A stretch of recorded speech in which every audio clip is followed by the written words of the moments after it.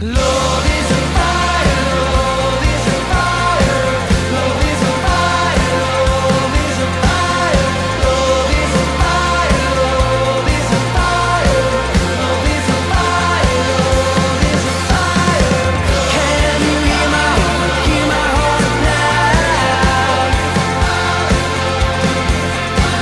Love is a fire and it's burning me down.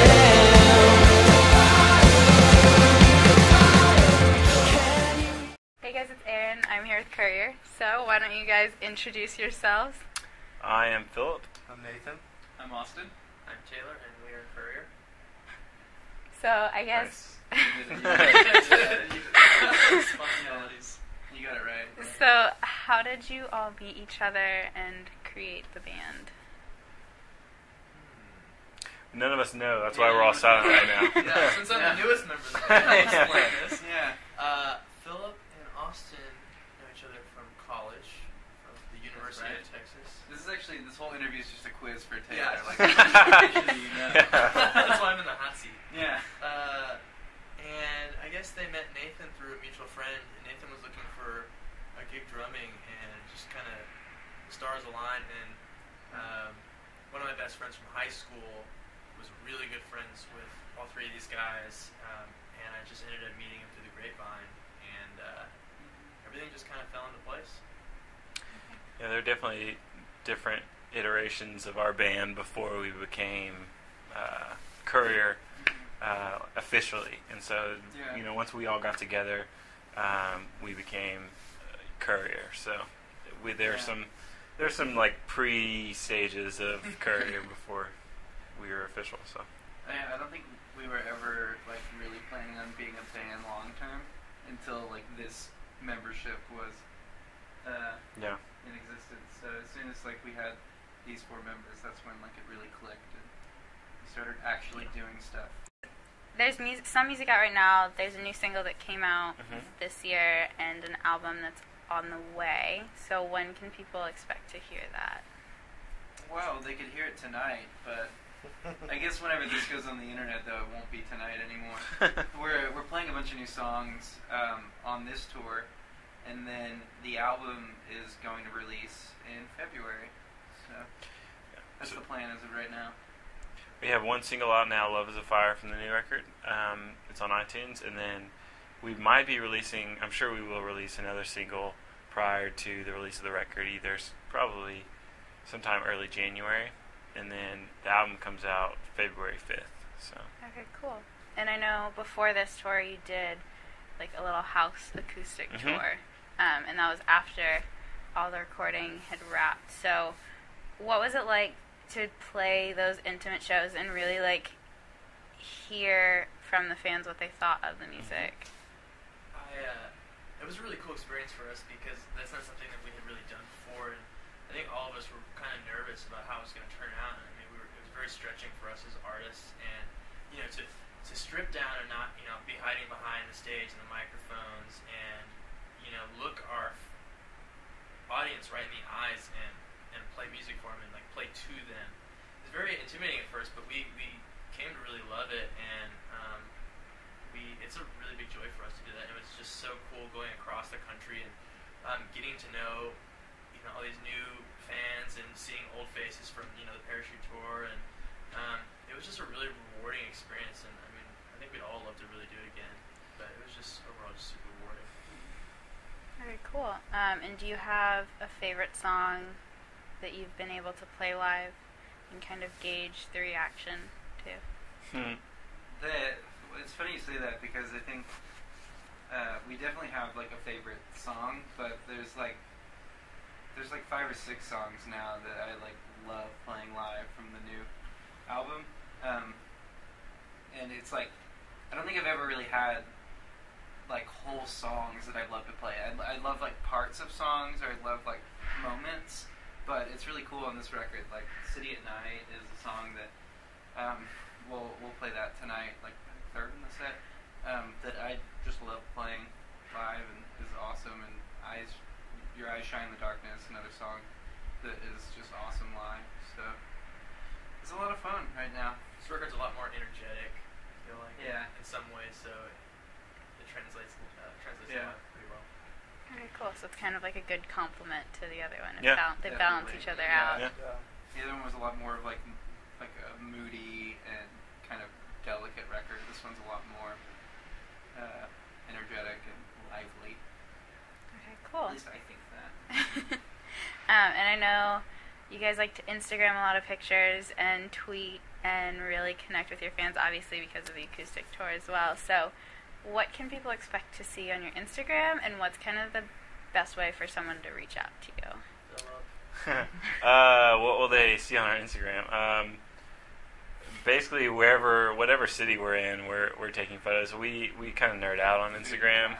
Yeah, basically sandwiches and pictures of cats. No, we actually do we do our best to take pictures of more meaningful things than that, and actually kind of like, even though we're posers and we're not, like, Nathan's a photographer, but the rest of us are kind of amateurs, we try to pretend to be photographers. And so they can find us on Instagram at Courrier Music and Twitter at Courrier Music, and any social site. But basically wherever our fans reach out to us, we really try to make the effort to respond. And because for us, we really enjoy talking to people at shows, and that doesn't just end at the show, the live experience. Like, for us, the internet is such a powerful thing these days that we treat the internet kind of the same way we do if we're hanging out at the merch table. If somebody wants to come talk to us, we will talk to them, and so we do that online as well as in person. So. Okay, cool. And has there been, like, a moment at one of the shows where someone hasn't, like, asked for a picture and autograph, but they just had, like, a story to tell you about, like, how your music influenced them in a way? Actually, yeah. A really cool story. Yeah.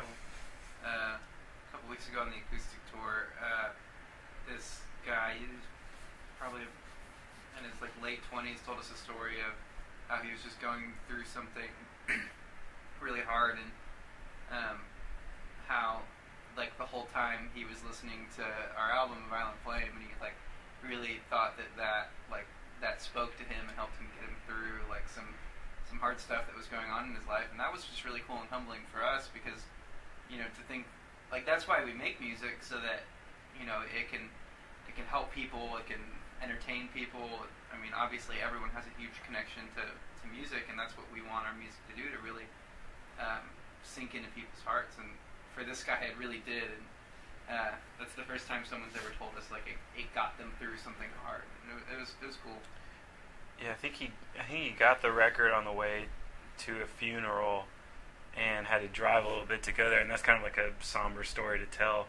But it was really powerful for him, he said, and so for us, that's like a really powerful story for us to hear as well, that like our music can influence somebody that's going through something that kind of intense and devastating. So, but there are a lot of really happy stories too, but we just choose to focus on the somber ones.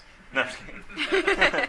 And then I guess just like when it comes to playing live shows, because obviously that can be something really fun for everyone to do, like, is there a specific moment that you look forward to? Right now, I think we're doing this thing that's pretty fun at the end of the set. Right now, we're doing Paper Ghost, like, completely acoustic, and that's a lot of fun. It's definitely something I look forward to. I look forward to playing the city at night, because that one's always fun for me, and then the ending with Paper Ghost, because normally we finish with like a huge climactic like build, or Love's a Fire. Now we're just finishing with this like really soft acoustic note, and it feels really good, like, yeah, from stage. Okay, cool. And when it comes to writing music, who kind of takes on the main role in writing, or is it always a group effort? It's a complete group effort. Yeah, totally. Nathan? It's it varies on song by song, because there's some songs that we've sat down and wrote together, some songs that like somebody wrote like a guitar part a year ago, and then we turn it into a song. Somebody will start with a melody or a piano part or a guitar part or a chord progression. It could be anything, and we all bring it together and make it into a song that is by Courrier. That was kind of the shift from the last record to this new record is that last record we kind of wrote songs on our own and brought it to the band, and just added on top of the whatever completed thought we had. And in this record, we really, before the thought was completed and before we had a finished song, we brought it to each other and said, okay, where do we want to take this? And so the songs ended up kind of getting pushed and pulled in a lot of different directions, but at the end of the day, they were a lot better songs. So that was really the difference between the two records, songwriting wise for us. Okay, cool. And then, just like with inspiration and stuff like that, I mean, I know it can come from anywhere, but is there a certain moment that's inspired a song that you kind of didn't expect? You know what's crazy is I think that a lot of this record is about, when we were touring last year, we realized how much we appreciate home and like what was home to us, and I think that's what this record is about. And I think a lot of songs can be summed up to this moment where we all walk into New York City and we just feel the electricity of everything, and just how the city's alive, and it affected us in so many different ways, in like positive ways and in negative ways. And I think that really just being in that life was a huge inspiration for this whole CD. So Yeah, I think we kind of fell in love with the idea of New York and like the buzz of it, but at the same rate, like all realize that we have like roots in Austin and we love it, and that's where our actual home is. And so there's a lot of tension in that on the record, like where is home, like where do we find it, like what do we find peace in. So Okay, cool. main inspiration. And when you're on the road, because I know you guys tour a lot, is there like a favorite pastime or like a movie you always have to have or things like that? Instagramming.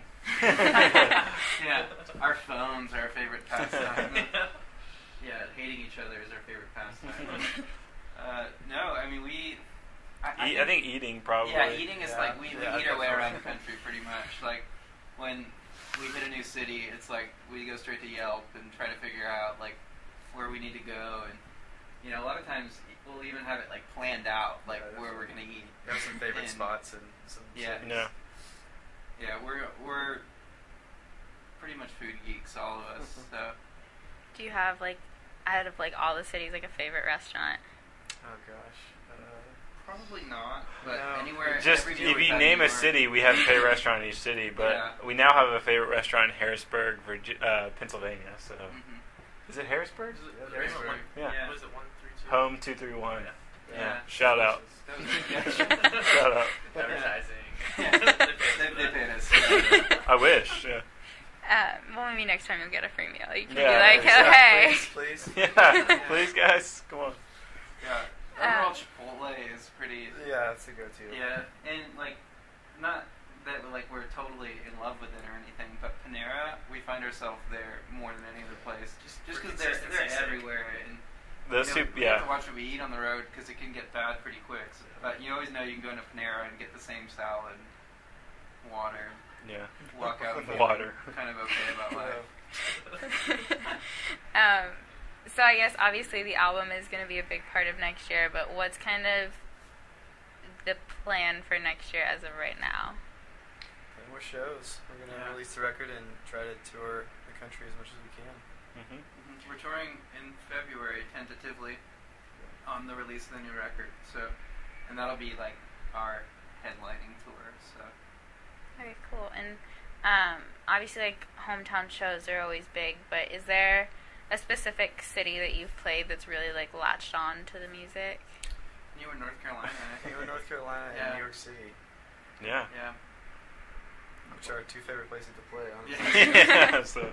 Yeah. Sorry. It worked out. Philadelphia. That's Yeah, this is only our second time to play Philadelphia, though. So. But this is one of our favorite venues to play, or at least Yeah. one of my favorite venues We to have good play. memories here. I like this venue. Yeah.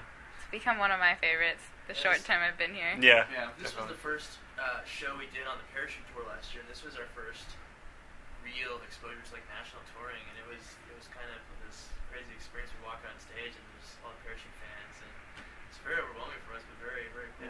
Yeah. Yeah. Yeah. Statement's a special place in our heart. Yeah. Cool. And then I guess lastly, like, is there a specific goal you have with music? Just something that, if it were to all end at some point, you just hope to have accomplished? It's funny you say that because I think that there's always these bucket list items for musicians. Like, oh well, as soon as I play here, like I'll really feel like I've made it, or like I've accomplished something. But we've checked a lot of those off in like the past year and a half. So I don't think I see anything in the horizon where it's like, oh, if I do this, I'll have made it. It'll be fun to get to do a lot of things that some bands get to do. Like, I mean, go to the Grammys. Like, that would be fun. I don't even care about nominations or anything, but just like going to that would be amazing. And I'd like to play like a headlining tour and sell it out, even if that's just means we're playing 100-cap clubs around the country. Like, that would be awesome. It's really not about like goals. Like our real goal in music is that we just want to, like, next year we still want to be playing music. 10 years from now we still want to be in Courrier. Yeah. If like we're playing this, we were 10 years we're back at World Cafe Live. Yeah, playing opening music for like that Duncan would Sheik. Which would be an awesome reunion tour. Yeah, that'd be great. I mean, I think, if we got to a point where we were able to, just continue supporting ourselves and doing what we love, because we all love writing and performing, and this is all of our passions, and if we can just continue doing that, that's enough for us. We don't have to have fame or fortune. We just want to do this. It's not so much about making it, because you never really know, like, what's the point where such you a loaded made it, like, word. where Totally. Yeah. we've been blessed enough to just still be able to play music. So. Okay, cool. And a private jet. I was gonna say a million MySpace friends. We just want Tom to like us, Yeah. but I don't think anyone We'd be remembers in Tom's Tom. top 8. Yeah, I have severe Tom approval issues because he knows too many people. This joke would have been funnier 10 years ago. Yeah. 5 years ago. Yeah, was Really MySpace dating around yourself. 10 years ago? No, but we were talking the other day. We were like, does anyone remember Tom? Like, what happened to that guy? Yeah. So, What he's doing? Working at a coffee shop. Trying to think of the next thing to create. yeah, maybe so. Actually, I'm pretty sure he's doing alright. Yeah, he's doing okay.